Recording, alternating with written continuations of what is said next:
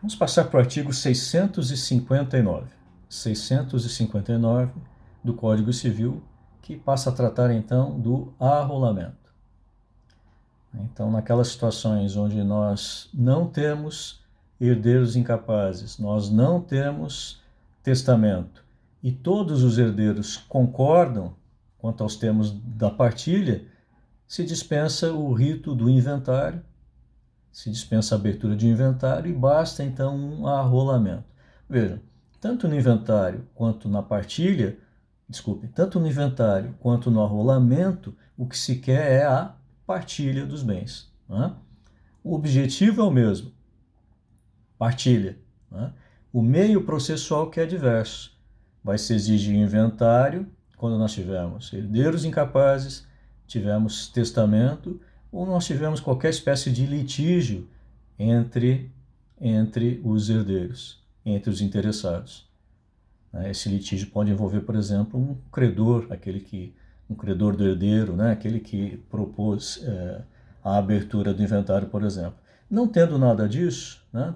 Todos maiores, sem inventário e consenso, então o rito, o caminho para chegar à partilha pode ser o mero arrolamento. 659. A partilha amigável, né, celebrada entre partes capazes, nos termos da lei, será homologada de plano pelo juiz, com observância dos artigos seguintes. Como eu disse a vocês, né, já homologuei partilhas em questão de dias. Né? A parte apresentou lá o arrolamento, se fez a verificação, né, de que tudo que era necessário estava presente, certidão de óbito, comprovação da condição de herdeiro, procuração de todo mundo, documento relacionado aos bens deixados pelo falecido, certidões negativas das fazendas, né? Isso é uma coisa que sempre se exige. Tem lá um apartamento, né? Então esse apartamento pode ter lá os seus tributos, né? Então se eventualmente algum tributo já não foi lançado em dívida ativa, né? Se não existe dívida para com essas fazendas. Então toda essa documentação necessária sendo de logo apresentada, o juiz só analisa isso, né? Tendo tudo isso presente, ele vai de logo homologar aquela partilha. Parágrafo 1º. O disposto nesse artigo aplica-se também ao pedido de adjudicação, quando houver único herdeiro. Então essas palavras são importantes, né? Você não vai, eu já vi, né, pedidos feitos por um único herdeiro, o sujeito era o único herdeiro, né? E ele veio lá e disse assim, da partilha dos bens. Né? Um negócio que tecnicamente fica muito feio, né, pessoal? Mas professor, é só um termo, né? Mas fica muito feio, né? Como é que eu vou partilhar algo comigo mesmo? Né? Então, se eu tenho um único herdeiro, é evidente que eu não vou falar em partilha. Né? Eu vou falar o quê, então? Vou falar em adjudicação. Né? São 3 herdeiros. Os 3 herdeiros vão pedir ao juiz o quê? A partilha dos bens. Né? A partilha, a divisão entre nós 3. Agora, é o único herdeiro, ele não vai pedir partilha. Ele vai pedir a adjudicação de todos os bens em nome dele. Então, o juiz, ao invés de determinar a expedição de um formal de partilha, né, ele vai determinar a expedição de um auto de adjudicação, de um termo de adjudicação em favor daquele herdeiro. Por que esse formal é importante? Se todos os bens são bens móveis, né, sem alguma espécie de registro, esse formal é simplesmente para que eles tenham entre eles um documento que regularize, né, aquela divisão. Mas entre eles decidiram, um ficou com uma joia, outro ficou com um cavalo, né, outro ficou com uma bicicleta de corrida, certo? Então se faz a partilha disso. Mas na verdade não é necessário, né? As pessoas, né, havendo consenso entre todos, não haveria nem necessidade, né, agora deixando um pouco a técnica de lado, mas só nos baseando na realidade, de um arrolamento judicial. Né? O arrolamento e o inventário, eles se tornam realmente essenciais quando nós temos bens imóveis, ou bens que tenham registros como o veículo. Né? O veículo está registrado no nome do falecido. Os herdeiros chegando lá no Detran, né, nós somos aqui os 3 herdeiros, agora nós queremos que esse carro aqui passe por nome de nós 3, isso não vai funcionar, né? Não vai ser aceito. Vai haver necessidade, então, desse formal de partilha relacionado àquele veículo, né? Ou essa autorização judicial de venda daquele veículo, né? O que se tem admitido através da via do mero alvará judicial, onde o juiz, então, autoriza essa venda desse automóvel sem necessariamente a abertura de um arrolamento de inventário. Agora, com relação aos bens móveis, isso não existe, né? Os bens móveis não têm registro, eles acompanham a pessoa que os levar, né? Agora, com relação aos bens imóveis, a transferência da propriedade, daí a importância, então, do formal de partilha, né? Ou do auto de adjudicação, porque são documentos essenciais. Sem esses documentos, não tem como transferir lá no registro de imóveis o imóvel deixado por falecido para os herdeiros. Então, há necessidade desse formal de partilha ou desse auto termo de adjudicação ou, eventualmente, daquela escritura pública, né, lavrada pelo tabelião no caso de inventário extrajudicial. Parágrafo 2º. Transitada em julgado a sentença de homologação de partilha ou de adjudicação, e necessariamente no arrolamento nós só vamos ter 2 espécies de sentença, ou a sentença é homologatória da partilha, ou a sentença é de adjudicação, quando nós tivermos um só herdeiro, porque o juiz decide apenas a regularidade do arrolamento. Se o arrolamento é regular, essa partilha aqui está correta, né? Os herdeiros são esses mesmos, a cota que cabe a cada um é essa, né?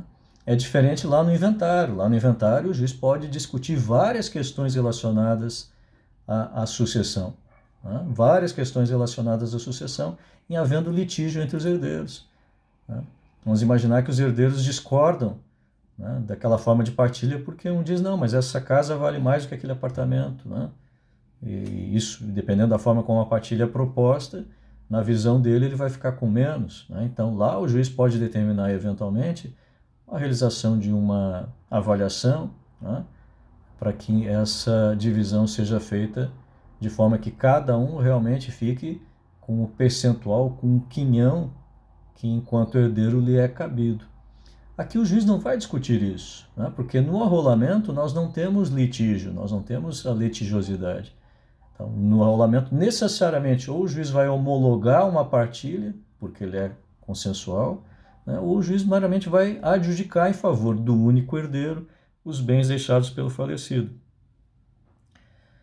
E em seguida serão expedidos alvarás referentes aos bens e às rendas por ele abrangidos, intimando-se o fisco para lançamentos administrativos de imposto, né? Essa coisa toda aqui que não nos interessa tanto, né? O que nos interessa é que fique essa ideia, então, de que a sentença ela é ou homologatória, quando há partilha, ou com efeitos de adjudicação, quando nós temos um único herdeiro.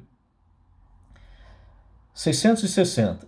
Na petição de inventário, que se processará na forma de arrolamento sumário, independentemente da lavratura de termos de qualquer espécie, os herdeiros 1. Requererão ao juiz a nomeação de inventariante que designarem, declararão os títulos dos herdeiros e os bens de espólio. 3. Atribuirão valor aos bens de espólio para fins de partilha. Então nós temos aqui a petição de inventário com o rito de arrolamento sumário, né? Nós temos uma espécie, então, de arrolamento especial aqui, que é o arrolamento sumário, com essas exigências que nós acabamos de ver, né? Na prática, não se vê muito essa distinção, né? Um tratamento específico entre uma forma ou outra de arrolamento. 660, então, por último, para nós vermos essa questão de ordem aqui processual. No arrolamento, não serão conhecidas ou apreciadas questões relativas ao lançamento, ao pagamento ou à quitação de taxas judiciárias e de tributos incidentes sob a transmissão de propriedade dos bens de espólio. Então, esse aqui é um detalhe bastante importante, né? Bastante importante. O código dispensa no arrolamento a análise do pagamento de tributos. Vocês sabem que em relação à transferência da propriedade dos bens do falecido para os herdeiros, nós temos a incidência do imposto chamado causa mortis, né? Baseado na transferência da propriedade por conta da sucessão. Né? Por conta da sucessão. Então, no arrolamento, o juiz não vai exigir a comprovação do pagamento do causa mortis. Significa dizer, então, que esse imposto não é devido em absoluto. Essa exigência vai ser buscada, vai ser apresentada no momento posterior. De regra, quando se apresentar esse formal de partilha ou essa adjudicação, esse auto de adjudicação perante o registro de imóveis, é nesse momento que o registrador vai exigir a demonstração do pagamento do tributo respectivo. Certo? O que para mim é algo no mínimo discutível, mas não vamos entrar nisso, né? Se realmente para fazer a transferência nós teríamos esse pré-requisito, né? Ou não seria o caso de, como qualquer tributo, uma vez não pago, né, ser lançado em dívida ativa para as cobranças nas formas judiciais. Né? Mas o que é importante aqui é nós sabemos que essa exigência no arrolamento, né, não pode existir. O juiz, então, não vai exigir a demonstração do pagamento dos tributos que eventualmente incidam ali, certo? Então, dito isso, muito brevemente, né, nós não estamos aqui de forma alguma pretendendo tratar de todas as questões processuais, né, nós trouxemos aqui aquilo que seria mais importante, né, não vamos esgotar a matéria processual. Vamos voltar então agora para o Código Civil. Artigo 1991, então agora do Código Civil. Desde a assinatura do compromisso até a homologação da partilha, a administração da herança será exercida pelo inventariante. Então, o Código Civil só reforça o que diz o Código de Processo Civil, ou o Código de Processo Civil reforça o que diz o Código Civil. 1992, dos sonegados. Então, como o nome diz aqui, nós vamos tratar de bens que foram sonegados, escondidos, né, em algum momento, quando eles deveriam ter sido apresentados. Então, o que são esses sonegados? Né? Os bens sonegados. 1992. O herdeiro que sonegar bens da herança, não os descrevendo no inventário, quando estejam em seu poder ou com seu conhecimento no de outrem. O que é um bem sonegado? É um bem pertencente ao espólio, que está com o herdeiro, ou que está com uma terceira pessoa, o que é do conhecimento do herdeiro, e ele sonega, ele não apresenta, ele esconde essa informação, ele esconde esse bem. Vamos pensar numa joia, né, de valor considerável, que o falecido deixou para conserto 3 dias antes do seu falecimento, o que era do conhecimento de um dos herdeiros. Falecido, né, aberta a sucessão, esse herdeiro sonega essa informação, não traz essa informação. Diz, olha, né, o papai, a mamãe, né, o autor da herança deixou essa joia para conserto. Ou vamos imaginar que a filha pede à mãe emprestada determinada joia para usar num casamento, numa festa. Poucos dias após a festa, a mãe falece. E essa filha, então, né, permanece com a joia e não a traz ao conhecimento dos demais herdeiros. Então, nós teríamos aqui diante da figura da sonegação E esses bens, então, seriam considerados sonegados. Ou que os omitir na colação, a que os deva levar, e colação nós vamos ver mais adiante o que se trata, ou deixar de restituí-los, perderá o direito que sobre eles lhe cabia. Então, a penalidade para a situação de sonegação ou na existência de sonegado. Então, aquela joia, por exemplo, né? Aquela filha pediu emprestado, a mãe faleceu e ela não apresentou essa joia lá para o inventário. Qual é a consequência disso? Ela tem mais outros 2 irmãos, ou seja, temos 3 herdeiros. Né? Aquela joia, né, seria dividida entre os 3. Evidentemente que pela sua natureza, né, eles não iriam ficar em condomínio, né, daquela joia. Evidentemente que a joia seria avaliada, outros bens avaliados, e se faria uma compensação. Só um fica com a joia, outro fica lá com o cavalo, outro fica não sei o que, né? Se compensaria dessa forma. Ela perde o seu 1/3 em relação àquela joia.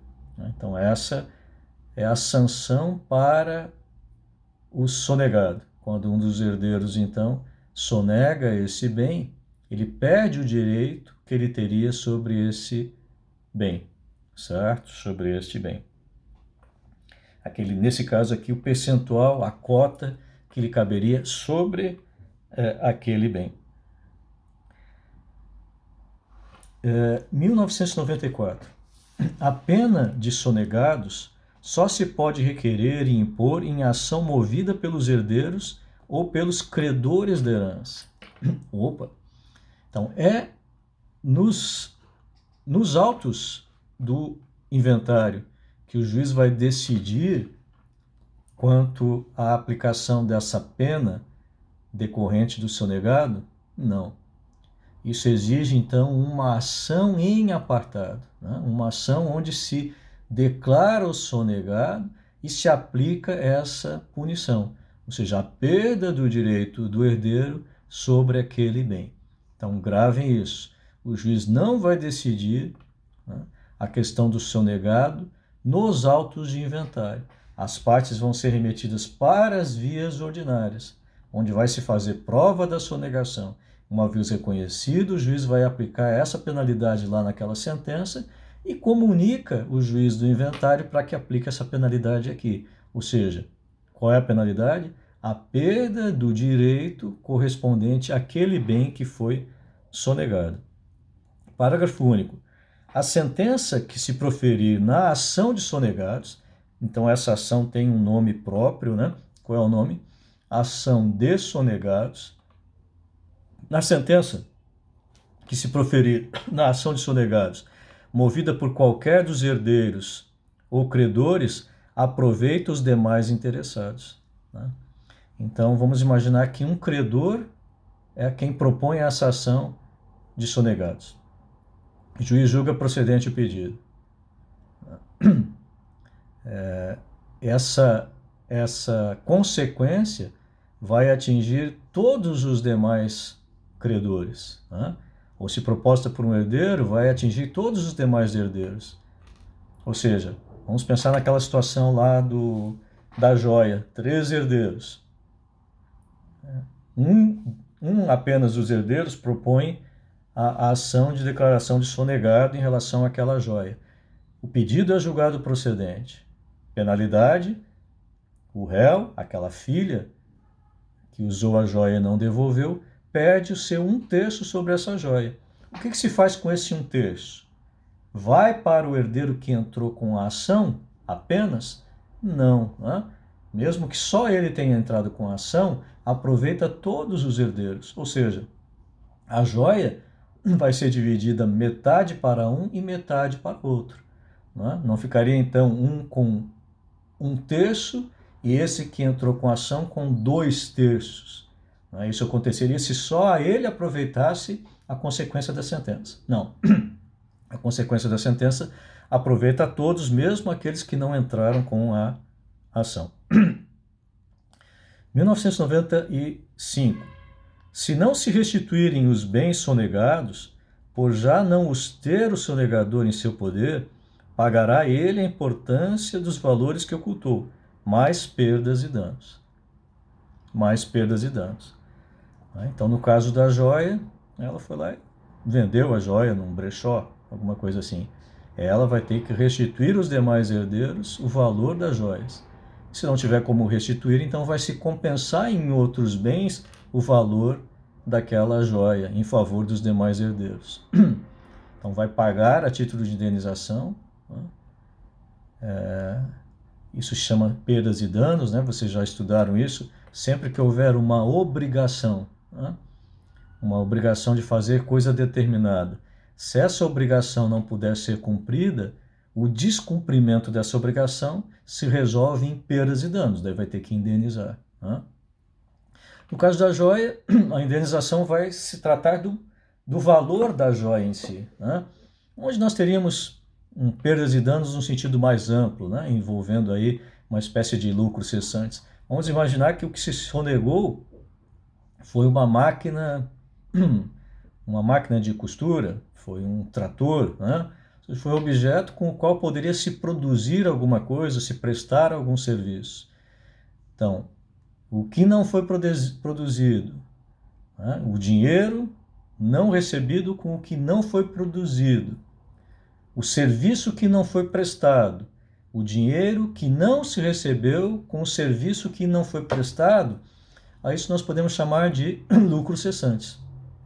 Então, as perdas e danos aqui vão incluir também os lucros cessantes, ou seja, além do valor da máquina, além do valor do trator, os valores que deixou-se de receber por conta da venda, né, da alienação da máquina ou do trator.